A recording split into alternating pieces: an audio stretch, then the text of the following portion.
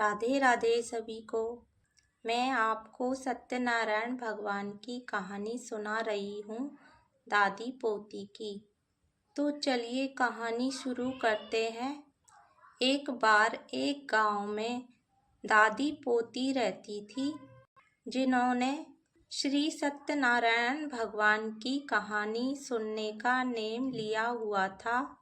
वह एक कलश में जल भरकर और उसमें फूल रखकर कहानी कहा करती थी और सत्यनारायण भगवान का नाम लेकर अर्घ दिया करती थी। एक दिन पोती का विवाह हो गया। जब वह ससुराल जाने लगी, तब दादी ने उसे सिर्फ एक कलश में जल भरकर दिया था और कहा, सत्यनारायण भगवान की कहानी का नेम कभी मत छोड़ना। फिर पोती विदा होकर ससुराल चली और चलते चलते सोचती रही कि बहू क्या लाई है तो मैं क्या बताऊंगी। तो श्री सत्यनारायण भगवान ने सोचा कि यह लड़की बहुत संकट में है, मुझे इसका संकट दूर करना चाहिए। रास्ते में पोती ने कहानी कहकर अर्घ दिया। उसने अर्घ दिया जहाँ हीरे मोती का कुंड भर गया।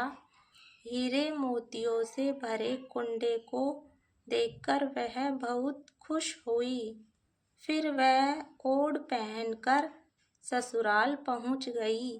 वहां उसके ससुराल वालों ने अर्थात ससुर ने सास से कहा, हमारी बहू तो बहुत बड़े घर की है, बहू बहुत धन लेकर आई है। ऐसा करो, पड़ोसन के यहाँ से मूंग चावल लेकर बहू के लिए बनाओ। सास मूंग चावल बनाने लगी। बहू ने कहा, माँ जी, आप यह मूंग चावल मेरे कलश के जल से बनाओ। सास ने अपनी बहू की बात मानकर कलश के जल से चावल बनाए। अब देखते ही देखते उनकी पूरी रसोई अनाज और तरह तरह की मिठाइयों से भर गई। यह देखकर सास बहुत खुश हुई। उसने अपनी बहू से कहा, बहू आओ खाना खा लो। बहू ने कहा, अभी घर में किसी ने खाना नहीं खाया है, तो मैं कैसे खाना खा सकती हूँ। और मेरा सत्यनारायण भगवान की कहानी कहने का नेम है। सास ने कहा, बहू मैं भी कहानी सुनूंगी।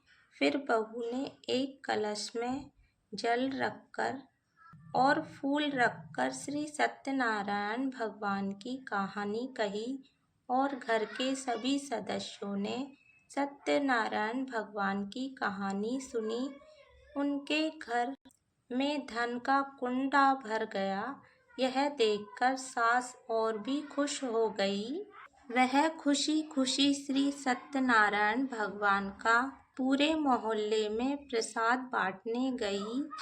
तब उसी की पड़ोसन ने बोला, अभी तो तू मूंग चावल उधार लेकर गई थी और इतनी सी देर में इतना सारा धन कहाँ से लेकर आई हो।